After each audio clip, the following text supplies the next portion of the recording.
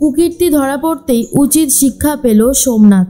সম্পূর্ণ জানতে ভিডিওটিতে একটি লাইক করে দেখতে থাকো। গল্পের শুরুতেই দেখা যায় মহারাজকে তো পুলিশ নিয়ে এসে প্রথমেই জেলে ঢুকিয়ে দিয়েছে। মহারাজের এই অবস্থা দেখে ভেঙে পড়েছে মহারাজের বাবা, এমনকি পূজাও খুব ভেঙে পড়েছে। তখনই মহারাজ বলে, আচ্ছা তোমরা এত ভেঙে পড়লে কি করে হবে? এই সময়টায় সবাইকে ধীর স্থির থাকতে হবে, বেশি বেশি করে ধৈর্য নিয়ে থাকতে হবে, না হলে তো কিছুই হবে না। এর মধ্যেই মহারাজের বাবা বলে, কি করে চুপ করে থাকবো, কি করে ধীর স্থির হয়ে থাকবো? সম্মানটা তো গেল তোর, এবার কি হবে? মহারাজ বলে, বাবা তুমি কেন এরকম ভেঙে পড়ছো? আমরা তো সবাই আছি, সৌরভ আছে, ম্যাডাম আছে, সব ঠিক হয়ে যাবে। এরপরেই পূজা বলে, আচ্ছা উকিল ম্যাডাম, মহারাজকে কোনোভাবেই ছাড়ানো যাবে না তাই না? উকিল ম্যাডাম বলে, দেখুন এই কেসটা অনেকটা বেশি জটিল, তাই একটু সময় তো লাগবেই, এত সহজে আর সব কিছু হবে না। আপনারা আমাকে একটু সময় দিন, আমি তার মধ্যেই দেখছি যদি কিছু একটা করতে পারি। অন্যদিকে দেখা যায় মহারাজও খুব ভেঙে পড়েছে। পূজা তখন বলে, মহারাজ আমি বলছি, আমরা যদি সবাই মিলে একসাথে এই কেসটা লড়ি, আমরা ঠিকই কিছু না কিছু একটা করতে পারবো। আমাদের নিজেদের ওপর বিশ্বাস হারালে কিন্তু চলবে না। একটা কথা মনে রাখতে হবে যে আমরা লড়াইটা লড়বো, আত্মবিশ্বাস নিয়েই লড়াইটা লড়বো, শুধু এখন সময়ের অপেক্ষা। তার মধ্যেই সৌরভ বলে, মহারাজ চিন্তা করতে হবে না, আমি দেখছি কতদূর কি করা যেতে পারে। মহারাজ বলে, সৌরভ আমি ভালো মতন জানি যে তুই খুব উচ্চ মানের একজন পুলিশ অফিসার, আর আমি চাই না তোর সম্মান এখানে নষ্ট হোক। তুই তোর সম্মান নিয়েই থাকিস, আমি কোনোভাবেই তোর সম্মানকে এইভাবে নষ্ট হতে দিতে পারি না, আমরা যতই ভালো বন্ধু হই না কেন। সৌরভ তখন বলে, দেখ এই কেসটা একটু জটিল, এটা ঠিকই, কিন্তু কোনো কিছুই ইম্পসিবল বলে হয় না, আমরা চেষ্টা করছি। এরপরে মহারাজ পূজাকে বলে, সবাই তোমরা যাও, এখানে তোমাদেরকে এখন থাকতে হবে না, আমি এখানে আছি তো, তোমরা শুধু শুধু চিন্তা করছো কেন? তখন পূজা বলে, আপনার মুখ দেখে বোঝা যাচ্ছে যে আপনার ভালো লাগছে না, পরিস্থিতিটা অনেকটাই জটিল হয়ে গেছে। বাবা আপনি চিন্তা করবেন না।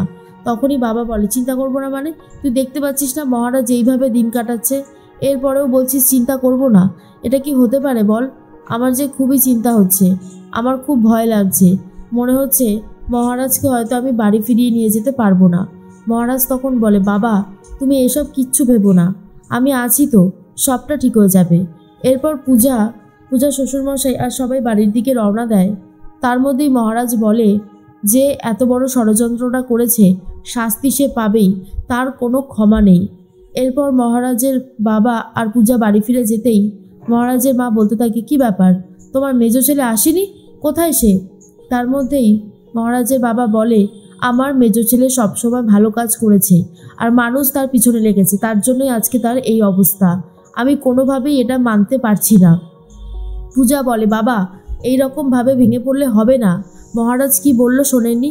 আমাদেরকে এই সময় একটু শান্ত থাকতে হবে, একটু বুঝে সব কাজ করতে হবে, আপনি একদমই এসব নিয়ে ভাববেন না, আমি আছি তো, আমি সবটা ঠিক করে দেব।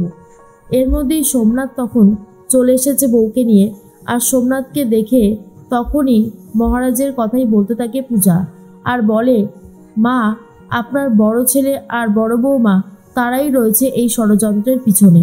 তখনই সোমনাথ বলে, তুমি কি জানো এই ষড়যন্ত্রের পিছনে কে রয়েছে আর কে নেই? তুমি আগে থেকে আগবাড়িয়ে এই সমস্ত কথাগুলো বলতে যাও কেন? তখনই কথাটা শোনার পর তো অবাক হয়ে যায় মহারাজের মা, আর বলে, সোমনাথ কালকে থেকে আমি দেখে যাচ্ছি তোমরা কেমন যেন একটু ব্যবহার করছো, আমি জানতে চাই তোমাদের ঠিক কী হয়েছে। এরপরে সোমনাথের বউ বলে, আমার একদমই ভালো লাগছে না, মাথাটা খুবই যন্ত্রণা করছে, আমি ঘরে গেলাম।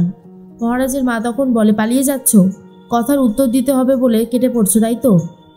তখনই সোমনাথ বলে, তোমার মেজো ছেলে যে অন্যায় আর কুকীর্তি করেছে সে কথা জানতে তো কারোরই আর বাকি নেই। সে একটা ফ্রড অ্যাপ বানিয়েছিল, আর সেই অ্যাপে কাজ করে লোকের পয়সা হাতিয়ে নিতে চেয়েছিল। তোমার ছেলে একটা বড়সড় দাগি ক্রিমিনাল। আর এই কথাটা শোনার পরেই সোমনাথের বাবা নিজের পায়ের জুতো ছুঁড়ে মারে সোমনাথের মুখে। আর সোমনাথ তখন বলে, বাবা, এরপরে মারতে যায় বাবাকে। তখনই আটকে দেয় পূজা আর বলে, খবরদার দাদা, আপনি যদি বাবার গায়ে হাত তোলেন আমি ভুলে যাব যে আপনি আমার ভাসুর ঠাকুর হন। এমনিও আপনি মহারাজকে যেভাবে ফাঁসিয়েছেন তারপরেও আপনাকে ভাসুর ঠাকুর বলে মেনে নিতে আমার গায়ে বাজছে। এর মধ্যেই সোমনাথের মা তখন বলে, সোমনাথ, তুমি তোমার ভাইকে কি করে একজন দাগি ক্রিমিনাল বললে? মানে তার কি কোনো প্রমাণ তোমার কাছে আছে? প্রমাণটা দেখি। পূজা তখন বলে, দাদা আর কী করেই বা প্রমাণ দেখাবে, তাই না দাদা? প্রমাণ যদি কেউ দেখাতে পারে তাহলে সেটা আমি পারবো, কিন্তু আমাকে একটু সময় দিন মা, আমি সব সত্যিটা খুঁজে বার করে নিয়ে আসবো। আপনি দেখবেন মা, আপনার বড় ছেলে কত বড় কুকীর্তি করে আপনার মেজ ছেলেকে ফাঁসিয়েছে।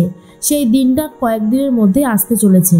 এর মধ্যেই সৌরভ, মহারাজ সবাই কথা বলতে থাকে, উকিল ম্যাডামও রয়েছে। মহারাজ তখন বলে, আমাদেরকে আরও ভালো করে ভেবেচিন্তে দেখতে হবে। সৌরভ তখন বলে, তোর মাথায় তো অনেক বুদ্ধি, কিছু একটা ব্যবস্থা কর।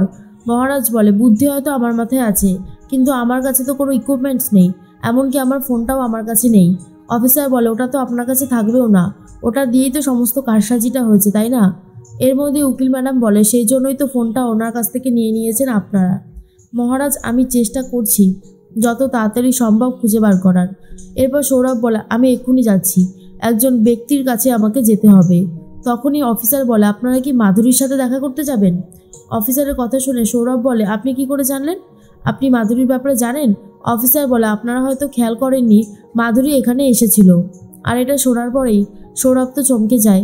মহারাজকে বলে, গল্প তো কিছু একটা আছেই, কিন্তু কি গল্প আছে সেটা খুঁজে বার করতে হবে। কিন্তু আজকে তো এখানে পূজারিনীর থাকার কথা ছিল, তাই না?